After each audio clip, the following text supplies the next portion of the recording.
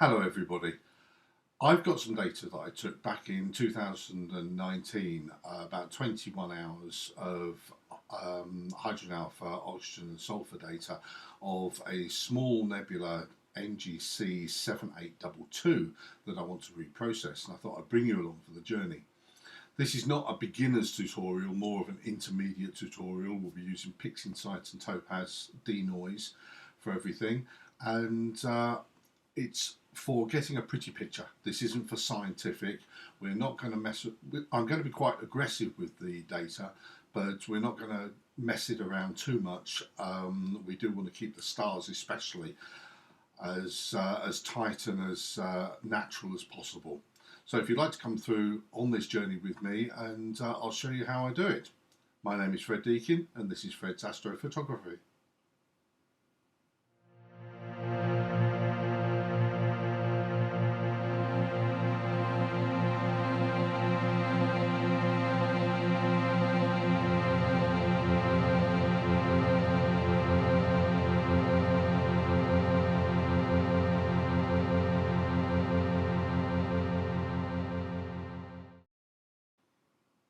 Right, so here we are at my desk. Well, I'll be doing the processing. I've got two screens in front. As I said, the target is NGC7822. I took this with Takahashi FS60CB, so a very small telescope really. It's hydrogen alpha, sulfur and oxygen. The exposures were 10-minute, 20-minute and 30-minute exposures throughout this. Over 3 days it was 21 hours. Now, if we have a look on at what other people have been able to find on this, I went into Google to have a look and see. There we go. I went into Google to have a look and see what other people have been able to do with their images. And we've got a couple of nice ones here. This looks fairly nice. We're a little bit closer in than this, but it's a bit bland really. Whoops, let's zoom in a little bit. Can't do that too much. Let's have a look at some of these other ones. This one here has got quite a nice thing of the dust lanes here, but loses the resolution. They're not pretty, so I think we could do an awful lot to this and make the colours and the whole nebula pop in front of us. So here I am in Pixinsight, and the first thing I'm going to do is bring in my process icons. Go into right hand mouse click on the side here. We've got process icons, load the process icons. I do this every time. Got my own little set here, and there they are. These are the ones that I typically use for processing most of my data. If you don't know about process icons and how to use them, we'll add another one into here just to show you. I'm just going to make a little bit of space here for one. I haven't got in here an unsharp mask, so let's find unsharp mask from our normal pull down menus. There it is. Change some data on it, so I'll put that to 4. I'll get rid of the de-ringing. Now, once I've set up everything of what I want on a particular icon here, I can now, using this triangle, pull that off and create a new identifier, a new process from it, which encapsulates all this information here. I don't need that anymore. What I do need to do is rename this. So unsharp mask. There's our new process there. Put that in there. Whenever I want to use it now, I just double click it and it's got all the details and settings that I put on there. So now go into the right hand mouse click, process icons. This time we want to save the process icons. I want to use the same file name. It'll complain of course, but I'll just overwrite it. Okay, and there we are. Now every time I open up my process icons, that unsharp mask will now automatically be there in that position. So let's have a little look at this data. if I go into Blink, now unfortunately Blink is one of these ones that I can't create other instances of, so I do have to use the drop down menus up there. And we'll have a look at the data that I'm going to process. So it's in a directory called original. I'll go right the way down. I'll open these up. It'll take a couple of seconds. Typically not too long.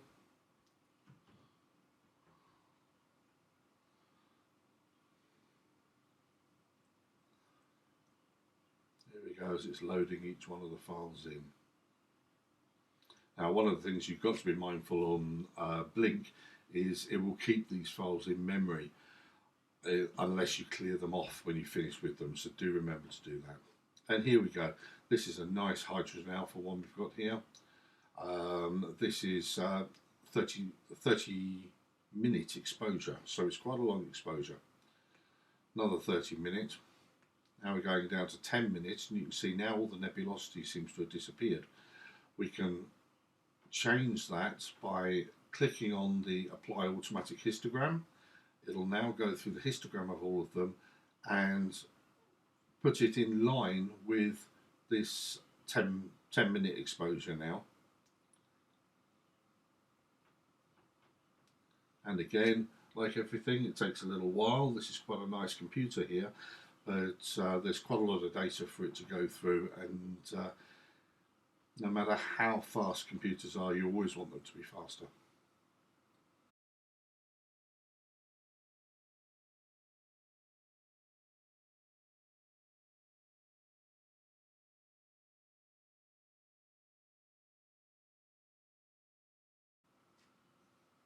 Right, so we're back again, and as you can see, this looks very, very similar to the data we had on the half-hour exposure. So it does bring up the question, did we really need half-hour exposures? We've also got oxygen data here, very little showing on here on the single subs, and sulfur, a little bit more on the subs on there. We've got a little bit coming around the top here. So we've got a nice little bit of data we can use. Let's cycle through these quickly. So you can see roughly what we've got, and some of it is before meridian flip, some of it's after. Not perfectly centered on it because it was over 3 days of exposures, and I was dithering throughout these. Yeah, that looks good. Once you've finished, close all the files, okay, and get rid of Blink. We'll use all of those. So the first thing I'm going to do is a cosmetic correction. As you see on the top of my process icons here, I've got debayer. That's for when I'm using my one-shot color camera. In this particular case, I'm using a mono camera, so don't need to debayer the images, but I do need to do a bit of cosmetic correction. So I'm going to, this is to get rid of hot pixels and cold pixels as best it can.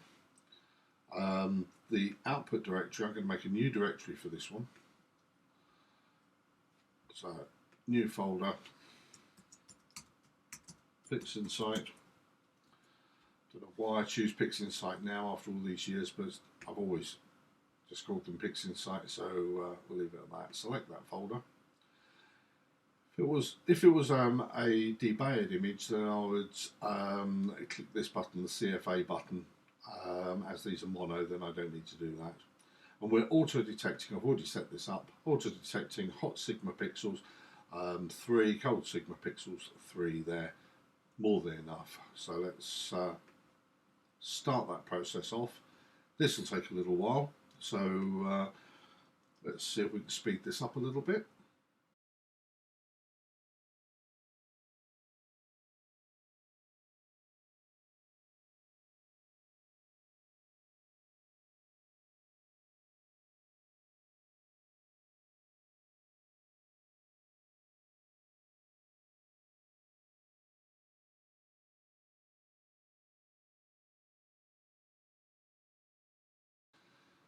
Now, while this is just finishing off the process, which can take quite a while, there's a couple of things to note. First of all, by having the hot and cold sigma set at 3, it means it will look at a 3 by 3 grid, and it will be the center one inside that grid that it will be looking at. It means that it is literally looking for single pixel, hot pixels or cold pixels, so ones that are either completely black or completely white. That's the only thing it's looking at. The other thing you might notice, and I do this on most of my instances, is I put a prefix in. Now this prefix is CC underscore. This is just so that I can find the files nice and easy in the rest of Pixinsight, and everywhere else it segregates them nicely, and you'll see that with our star alignment. Now the reason I'm doing this cosmetic correction is I'm not adding any calibration files into this. Like I said, this isn't to get a perfect picture, this is to get a pretty picture. So now that's finished, we can get rid of the cosmetic correction and go to star alignment. Now this is another one that takes quite a while to do, but we'll find a reasonable image we want to start off with. I think we want to start off with a half-hour exposure, so we'll do that as our reference there. We're going to generate drizzle data, so add all the rest of these files. Oh, you know what I've done? I'm picking these up from original. I really want to pick these up from Pixinsight.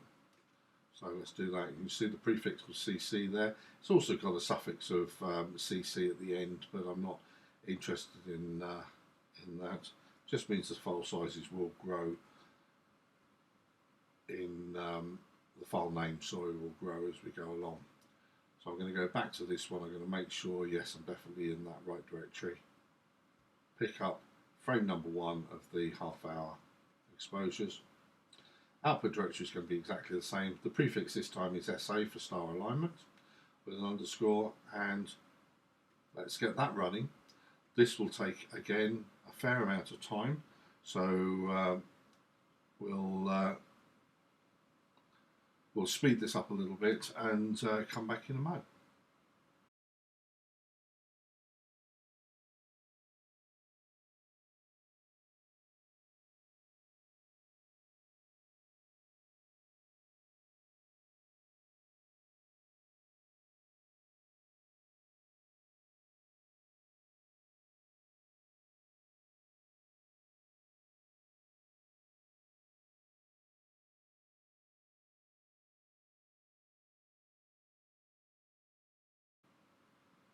Okay, now we've aligned all the subframes, we want to stack them together. So image integration, we're going to add files. Now if we go in here, you can see these ones begin with CC, these are our cosmetically corrected files. We go down, and here SA, these are our star aligned files. So let's pick up all of those, open them up. I'm also going to add the drizzle files into this.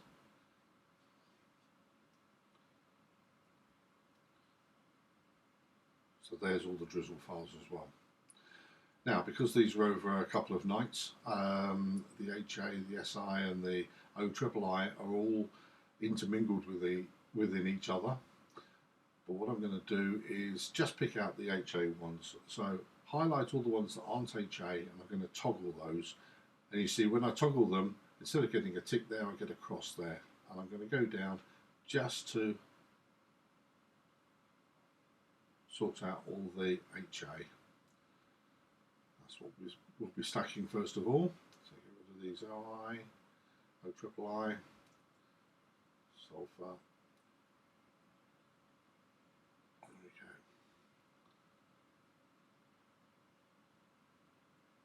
Just highlight them up, toggle them. That's them done. Now most of these are 20-minute subframes. I use longer frames because you do get a better signal to noise ratio. 20 minutes or even half an hour.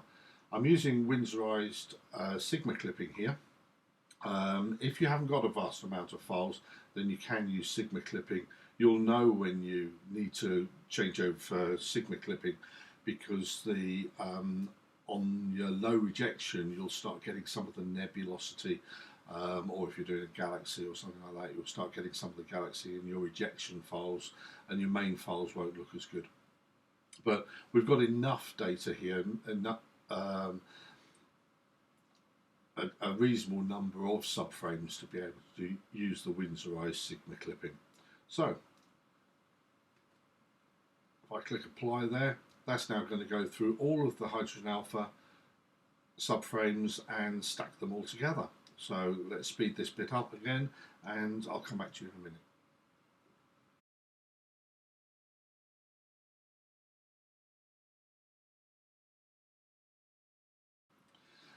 Now that it's integrated all of the hydrogen alpha, let's have a look. We've got rejection high, and we've got very little in that rejection high there. Rejection low, we can now see where our frames have quite matched up. Now this is okay because we'll be doing a little bit of cropping around the image anyway, so we don't need to worry about that. And here's our main image. Let's have a look. We'll stretch this a little bit, and that's come out really nice. We've got beautiful bit of hydrogen alpha data. So I'm going to go onto the tab here, double click that, and I'm going to rename that to HA. So let's put that off into the corner there. We'll come back to that a little bit later. The next thing is to go through here, and we'll pick up the next one. So you can remove all the selected files, okay, or you can toggle. We'll remove them this time. Or it's not removing the selected files properly. Okay, we'll just toggle them. So this time we'll pick up the ionized oxygen. So what you can do is highlight. I'm going to highlight the hydrogen alpha and just overlap with the oxygen there. There's hydrogen alpha and oxygen. I'll just toggle them. You'll see now the oxygen has been has got a tick beside it. The hydrogen alpha hasn't.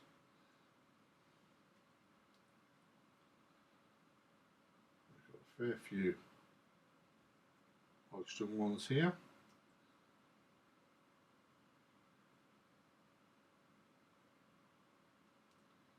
So again, we can use the Winsorized Sigma clipping.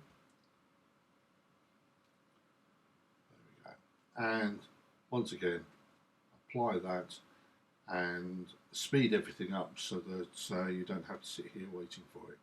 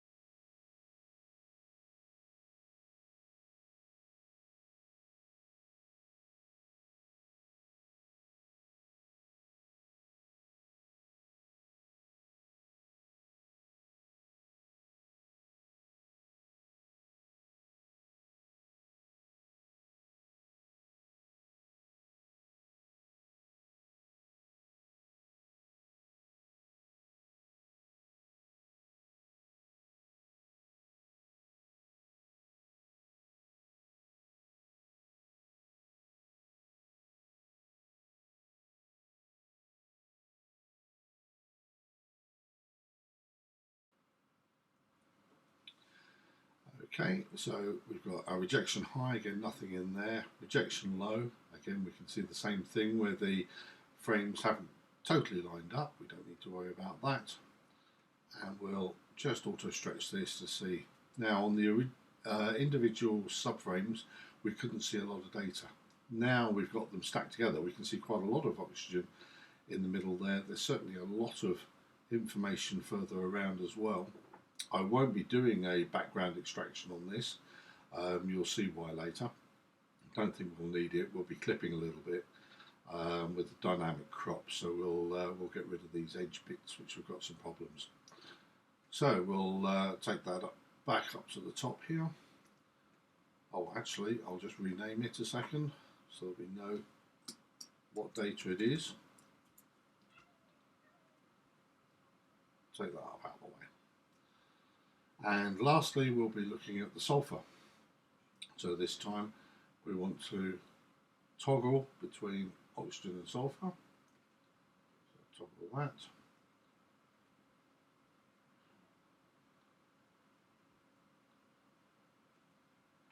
Right.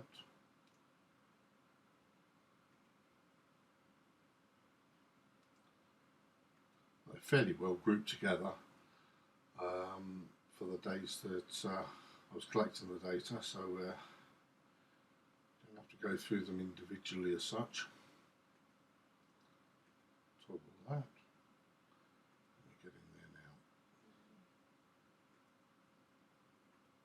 Lastly, and again apply that, and that will stack them all together. We'll come back in a second and see what we've got on the sulfur.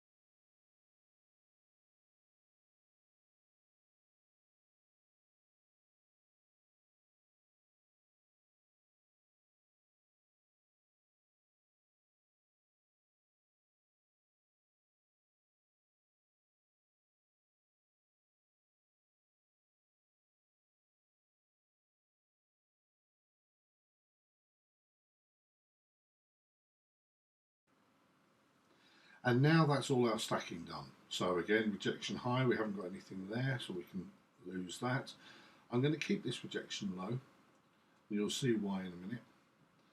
And we pick up our main file and do an auto stretch, and you can see we've got a really nice bit of sulfur in here as well. I'm going to rename it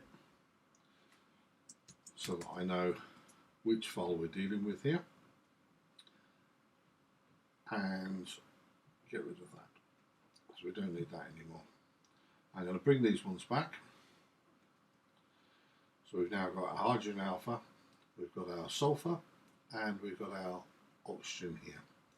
This is the one that we're interested in though. At the moment it's our rejection low, because I'm going to open up dynamic crop, and I'm going to use this as a guide of where to crop. So let's bring that down. I can have as much or as little as possible. We'll probably have to crop a little bit later as well. But let's see how we go. That looks good. I'm going to now drag an instance of that over to the oxygen, over to the sulfur, and over to the hydrogen alpha, and you'll see that that crops those nicely for us. Down there, and just crop that for the sake of it. I'll do an aggressive stretch on that just to see whether there's anything that I've missed, and there isn't. You will see on here it's actually picked up some more pixels that it's got rid of as well in the rejection low, but that is when I've really stretched it right up to its max. So we'll get rid of that, yes, and we'll get rid of the dynamic crop box. We're not going to do any background extraction on this, as I don't think there's any reason why we should. The data's pretty good. So the next thing I'm going to do is I'm going to do a little bit of noise reduction. Now this is, I'm going to use the multi-scale linear transform for this. I've already put in my details on the different layers, which will help get rid of it. And we'll start off with this oxygen one down here. lose those settings there, but I am going to bring up the linear mask. We're going to use a mask for this, so I'm going to click preview mask and then down to our normal preview button here, and it should come up with a nice little preview. By using this amplification here, we can decide how much we want to mask off or how little. Now this is in linear mode, so it's quite wide, the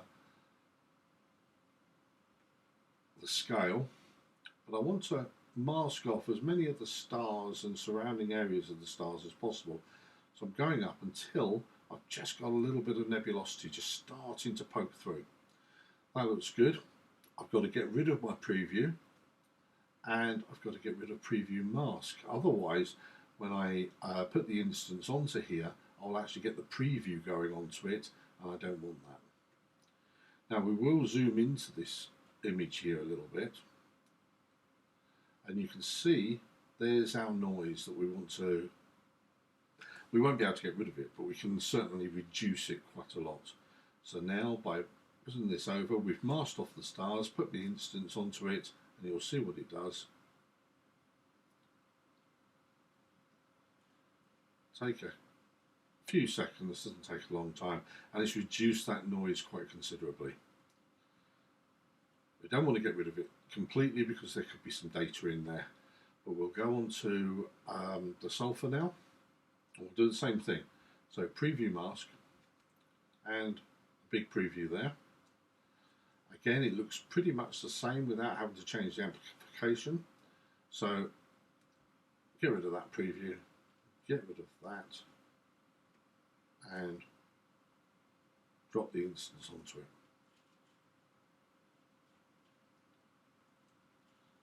Few seconds, it's done exactly the same thing. And lastly, with the hydrogen alpha, now hydrogen alpha inherently has less noise anyway, because there's more signal coming through, but what we'll do is the same thing again. I'll have a look, and you can see now, because there's an awful lot more, it's picked up too much of this nebulosity. So I'm going to reduce this amplification here until we've just got the main stars that we're worrying about. And something like that looks absolutely fine. So get rid of our preview, get rid of our preview mask, and shall I zoom in on this again? Well, we can see there's a lot less noise in this anyway, but I'll drop that on, it'll smooth that out a little bit more. Now we will be using Topaz Denoise a little bit later. I can't use it at the moment because we've got stars in our image and it'll flatten out those stars. So we definitely want to reduce our noise reduction at the moment until later. So I'll get rid of that now. The next thing I want to do really is, these are linear images. In other words, if I was to save these and bring these up in Photoshop or another program, they will be very, very dark and non-linear, i.e. like that. We don't want them like that. We want to have them as stretched images. But if I turn all those off, this is all we'd get in the data if we were to save it. Now this is a strange thing that Pixinsight has got. I don't know why it's done like this, but we have to deal with it. So I'm opening up my screen transfer function and my histogram here. Turn off the link button to link the channels. We don't want to do that. Even if you've got one-shot color camera, you don't really want to do that. And I am turning on this one here, which will track which image I'm actually working with. Okay, so I'll start off with the oxygen, and we'll drag an instance of that into our histogram, and then, oh, I've got to stretch it first. So we'll stretch it, usually a good idea. Then we'll drag an instance over. So now the details of that stretch have now gone into our histogram. Set that off. It's gone white because we stretched it in the histogram and we stretched it with our screen transfer function. So we'll press that X there and that'll go. Now we're going to the next one. Do the same thing again. Oops, stretch it first. Then do the same thing again. Clear that.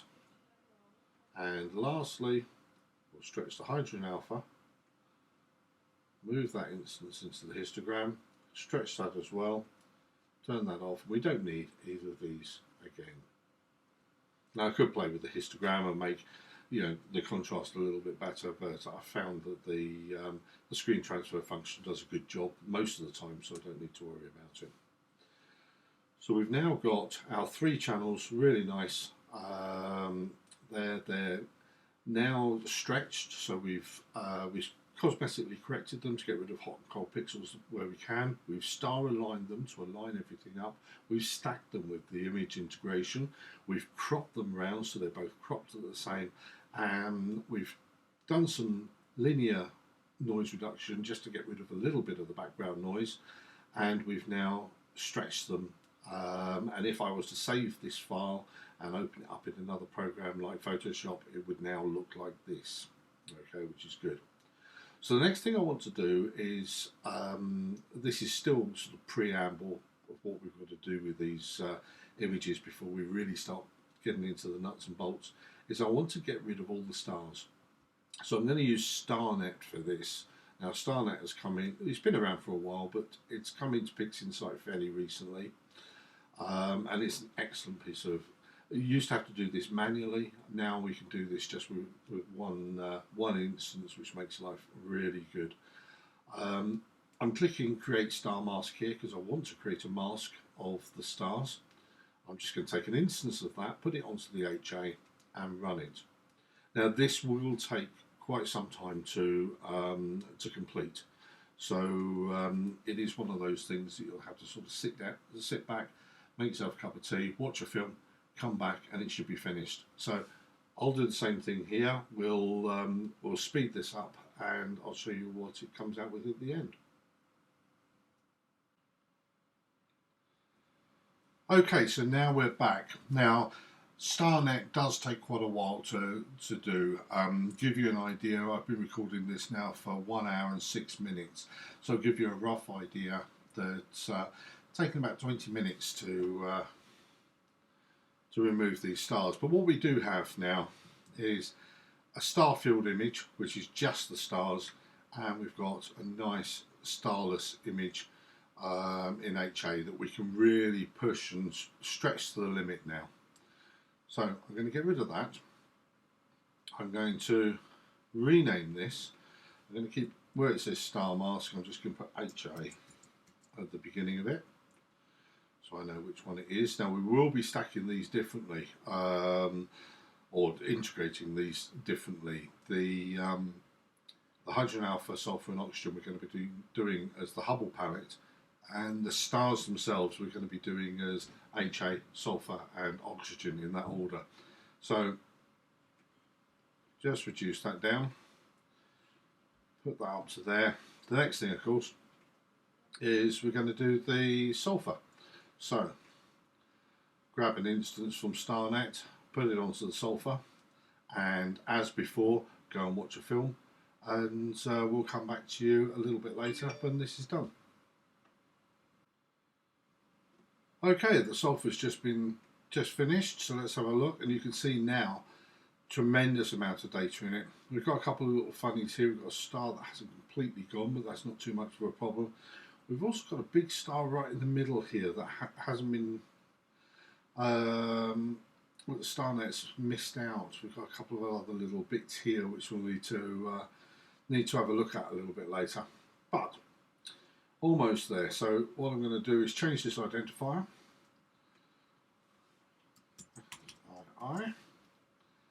Okay, put that up to the top again.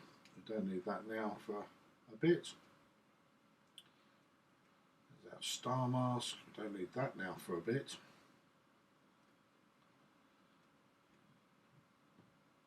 Put that over there. Maybe a bit of a problem in not picking up that star, but we'll see what we can do with this later. So now we're on the ionized oxygen, and we'll do the same thing here. So take an instance of StarNet, drop it on there, and now do our weighting game again.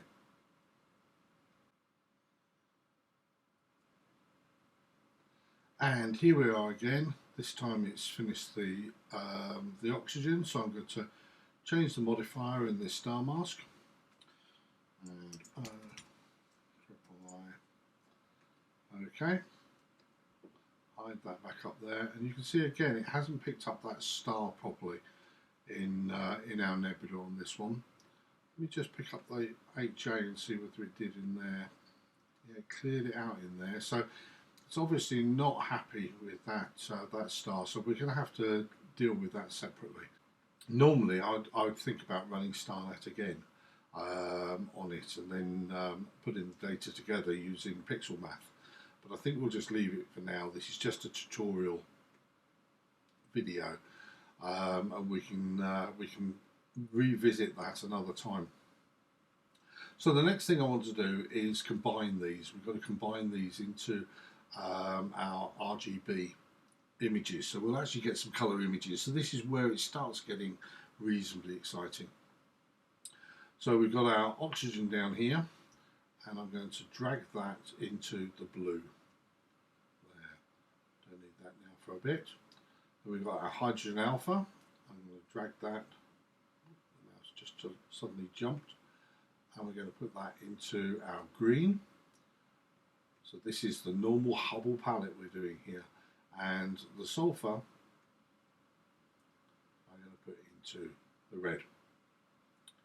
Okay, we're going to have chromiance noise reduction on and apply. And this shouldn't take long at all. We should get ourselves our first colour image.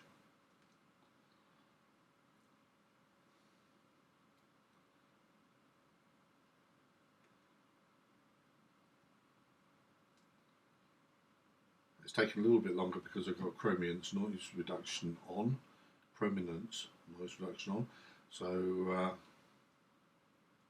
that does take a little bit longer, but it does give a nicer image quite often. And there we go, there's our colour image, which is looking quite stunning. While we're at it, I'm also going to do the stars as well. So first thing is I'm going to change this, I'm going to call this Nebula. So we've got our nebulosity. We can move that up here somewhere. There you go, under that. And now we're going to open up our star images. And the oxygen we're still going to put into the blue. The sulfur this time we're going to put into the green. And the hydrogen alpha we're going to put into the red. We're going to do the same thing again, chrominance noise reduction, and apply it. And that will come up with a colour image of our stars, and just our stars. That'll be a little bit quicker because there's less data within the images here. And there's our colour stars. So let's get rid of these bits here, there, and there. I'm going to rename this stars.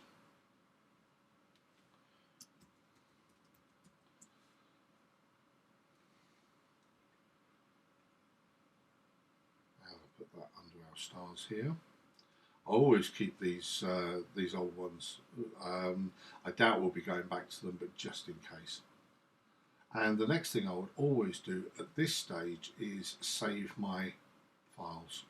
So save as, I'm not going to save them as TIFF, I'm going to save them as the XISF, which is the Pixinsight standard ones. I'm not going to put them in the original folder, so I'll go back one to there. So it'll pick up the file name from the identifier that we've put on each one of these images here, keeping it 32-bit. That's standard. So that's the HA saved. Now we'll go on to the sulfur. Should be a lot quicker now. Okay. Oxygen.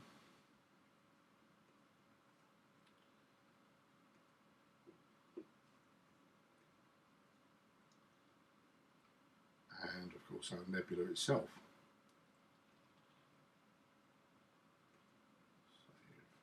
Okay. Now our masks as well. It's not really a star mask as such, it's a star image. So each one of these in turn, save.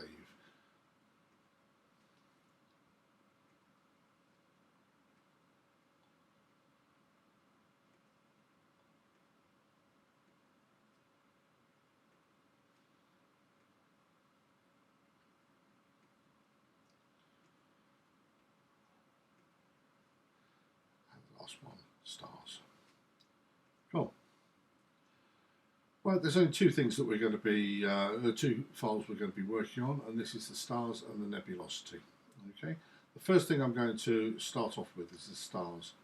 Now, because we've done these in narrowband, when you put narrowband together, especially with the sulfur, which is really mapped to red most of the time, we've put that into the green, and we've got a green halo right the way around here. So we've got to get rid of that green halo. So SCNR, this is our normal thing for dropping the green values down, and drop that onto our stars. You see now our stars have come out mostly white, but we should have a couple of coloured ones in there. There's some blue ones down the back here. We've got some nice red ones here. We'll work to increase the saturation on those a little bit later, but they're looking quite nice as they are at the moment. So that's our stars finished with for now. Now we'll go on to our nebula. Now the first thing that we see in the nebula is we've got an awful lot of this magenta going around. Now magenta is if inverted, is the absolute opposite of green. So we can get rid of that really easily by inverting our image. And now you'll see the magenta has turned to green on here. We can use our SCNR again to lose it. This is a good way of losing magenta halos when you're doing the Hubble palette as well. Image, invert again so that it's back, and we can see all that magenta is now gone and it's come out a nice bluer colour.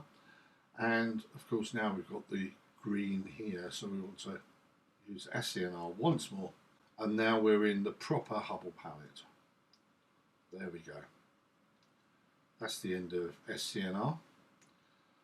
So let's have a little look at our data, shall we? And we've got some beautiful wispy bits around here. We've got some nice coloration going on. Needs a bit more saturation, but I'm quite pleased with that. And it's not too noisy.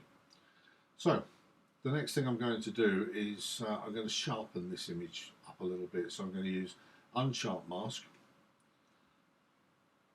Now, I've already set this up earlier on with 4 there and de-ringing, so let's have a look and see what it's done. Click on the preview, take a couple of seconds, and we can see, and then adjust this as needed to just sharpen up, especially this dark dark dust lanes here. Now I've gone a bit overboard there, that's looking a little bit too fake, so I'm going to go back a little bit. Back a little bit more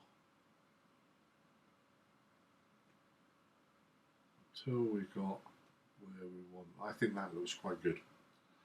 So apply that.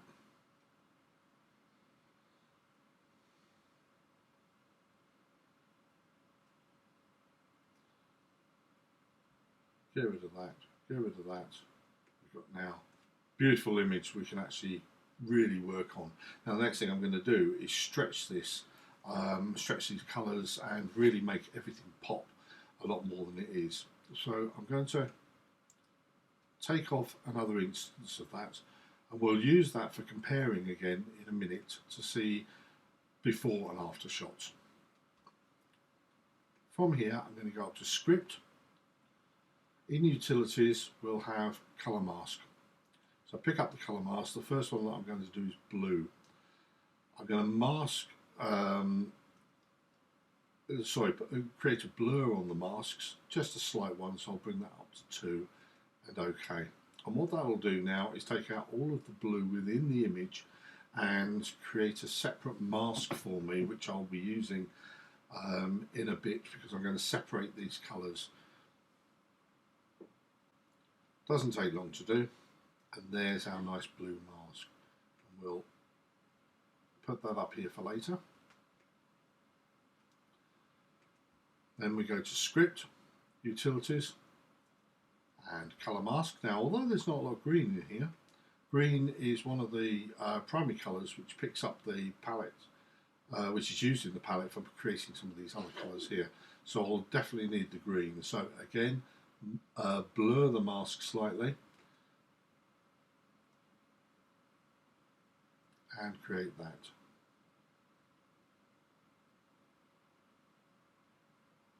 Again, takes a little while, but not too long. Does depend on the size of your images. These images started off as 9 megapixel. Obviously there's cameras now which will do 20 or even sort of 60 megapixels. They will take a lot longer. So I'll put that up there. And the last one we're going to do, you notice I'm clicking back on our main image before going into Utilities and Colour Mask. And the reason being, so I don't need to pick up the target name every time. The target's got to be the image we're working on. And the next one we're going to do is yellow. So increase the blur slightly, yellow, and pick that one up. Now the yellows themselves are the things that are really going to make the image pop, but we want to bring out the colours for the rest of it as well.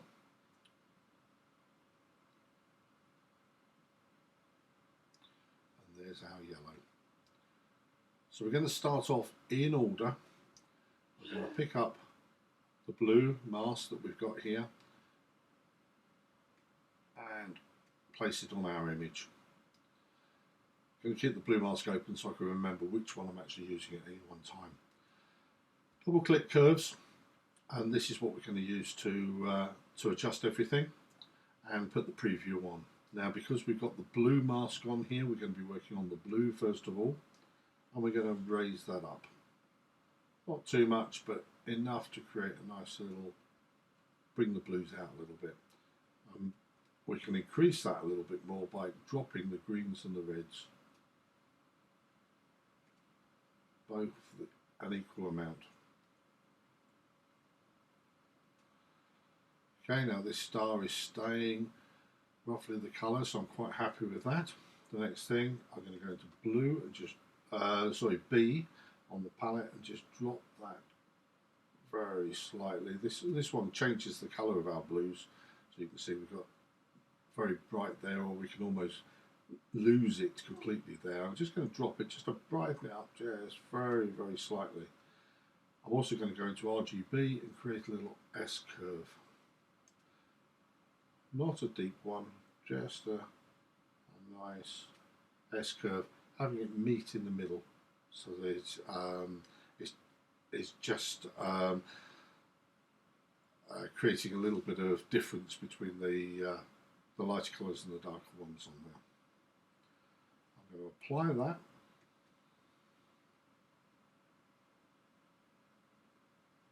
You see already we've got quite a difference in the way that the image is looking. I'm going to clear off those adjustments, and I'm now going to invert our mask. So now we're inverting our mask, we're working on everything but blue. So I'm going to anchor myself a couple of times here. So 3 little anchor points there, and I'm going to bring down the bottom bit a little bit. You can see the effect that it has on here, but it's literally very, very slight. Just bring that down. And I'm going to increase the top just very slightly to compensate.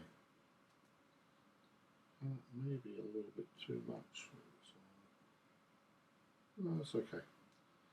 And apply that. Reset that, and now get rid of the preview and get rid of the mask. Remove mask. So we finished with the blue for now. Sometimes I would go through this twice. Start off with blue, then green, then yellow, and then go back to blue, green, yellow again. I'm not going to do it twice this time, I don't think. We'll see how the data looks. Now I'm going to use the next one, which is the green mask, and I'm going to place that onto our image. Click on our image as well to make sure that we're working on the image, not on the mask itself. And let's have a look at what we've got here. So we're working on the green. So this is a little bit unorthodox, but I'm going to pick the red and I'm going to lift the reds up here. And I'm going to go to the green and drop that slightly. And I'm going to go to the blues and drop those slightly. And then I'm going to go to my RGB and create a nice little S curve. Again, doesn't need it to be too much, just to give a little bit more contrast. Then next one will be C here.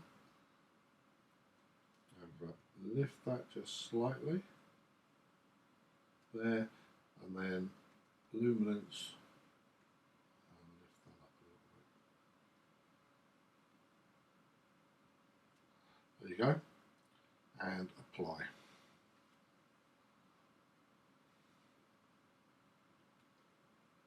You can see the colours are really starting to come in now. I'm not going to overdo it. It's not a watercolour painting. So clear that and get rid of our mask. Remove the mask. Now for the yellow. The yellow here. Place that on the image. Make sure I click on the image here before I click my preview. There we are. We're going to get the reds. Lift those slightly.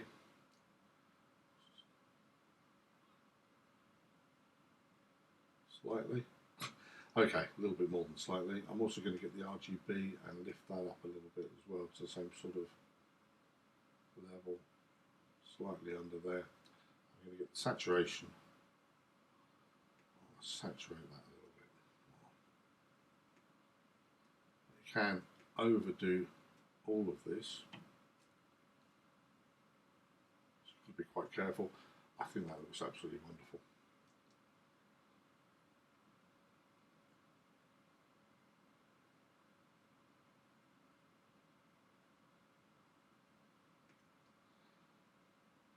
Okay, and close all this down.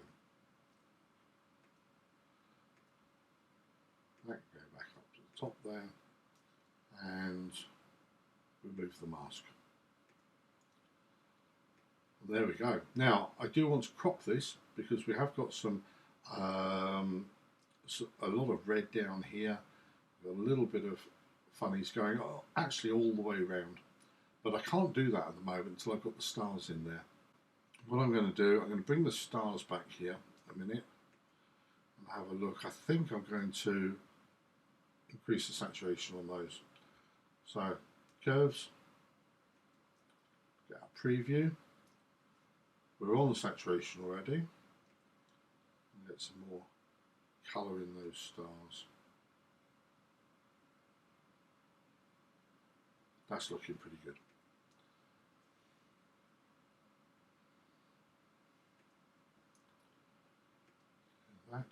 So the next thing I want to do, I want to put the stars onto this other image complete, so the image is complete, but we will now have a little bit of noise in here.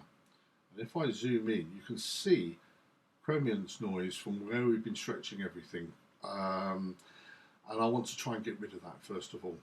So what I'm going to do is save this as a TIFF file. So TIFF file here, called Nebula, that's absolutely fine.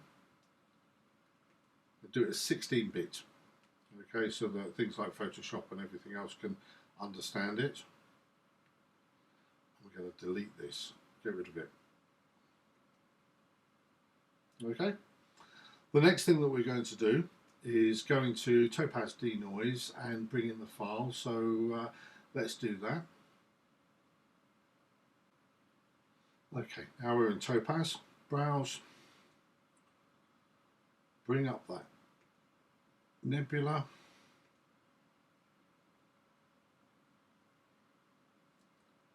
And it takes a while. I've got it on split screen here because the view up here I've got on split. So we'll be able to see the difference before and after in real time as we move it across. Move this line across this this border. So you can see here, we can move it backwards and forwards and see what Topaz is actually doing. Now it's creating even more problems here, especially around that star, but that's likely to be a problem on this anyway. But I'm going to go to all clear here. Now you can do this when there's no stars in the image. Oh yeah, look at that. Now if I go back, there's before and after, and you can see it's really cleaned up everything. It's looking absolutely beautiful. Let's see if I can zoom in a little bit more. I'll zoom into 200%, and we'll find a bit here that we can see properly. So you can see all of this chromium noise here has completely gone. I'll move that over. This is what I'm after. I'm after a really clean image, so I'm going to save that as it is.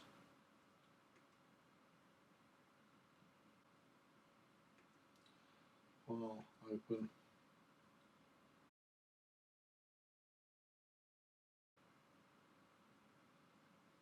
That's better. Okay, and if we have a look at that, see all of that noise, or almost all that noise, has disappeared. Much, much better. So now we've got our stars and we've got our nebula. We want to put them both together. So for this, I'm going to use Pixel Math. So go down, go into Pixel Math here. And it's quite simple. I'm just going to put nebula plus stars. In fact, I can't do that yet because I need to rename this. So let's get rid of all of that rubbish that Topaz has added into it. Right, I'll do this again. So Pixel Math into their nebula plus stars. The destination is going to be a new image. And let's run that and see what we get.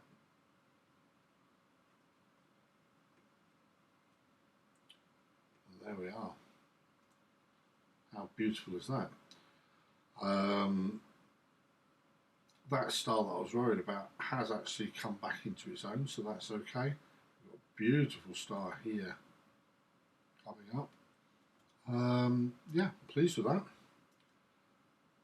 So get rid of Pixel Math. Oh, another thing you can do in Pixel Math, by the way, is if your stars are very bright and you want to reduce them a little bit, you can actually have nebula, put stars in a bracket, times by 0.8, for instance. We'll create a new image. Whoops. Apply. And now we've got an image which has got the stars quite so defined. We've reduced them, the brightness of them, by 0.8 and it brings out the nebulosity a little bit more. In fact, I quite like that. Yeah. In this particular case, it is the nebula that we're after, so it's not a problem keeping that. Move some of these around a little bit so that we've got everything, and I'm going to bring this one on show to show you what we had before.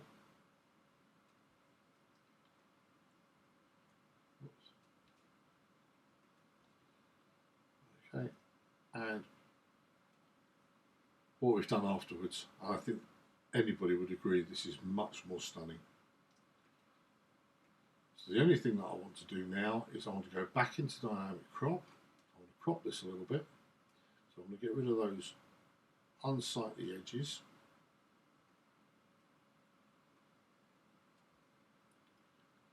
Start off with that one. It's not too bad, but it's just not good in this image. Right down to there. That looks good.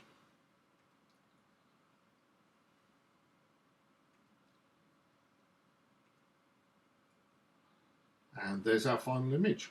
Let's increase it a little bit in size so we can have a look at it.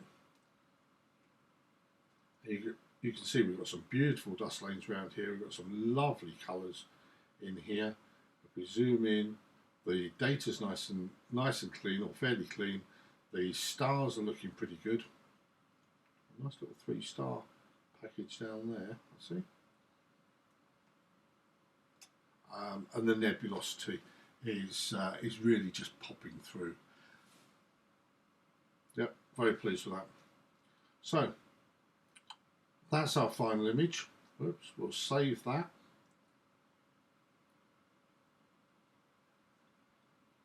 File, save as. I've got a certain way that I save my images, which is the date first. So 2019, that's actually all of September. It's NGC7822 and SHO, which is the processing that we use, so sulfur, hydrogen, alpha and oxygen. Save that as 16-bit. Yep.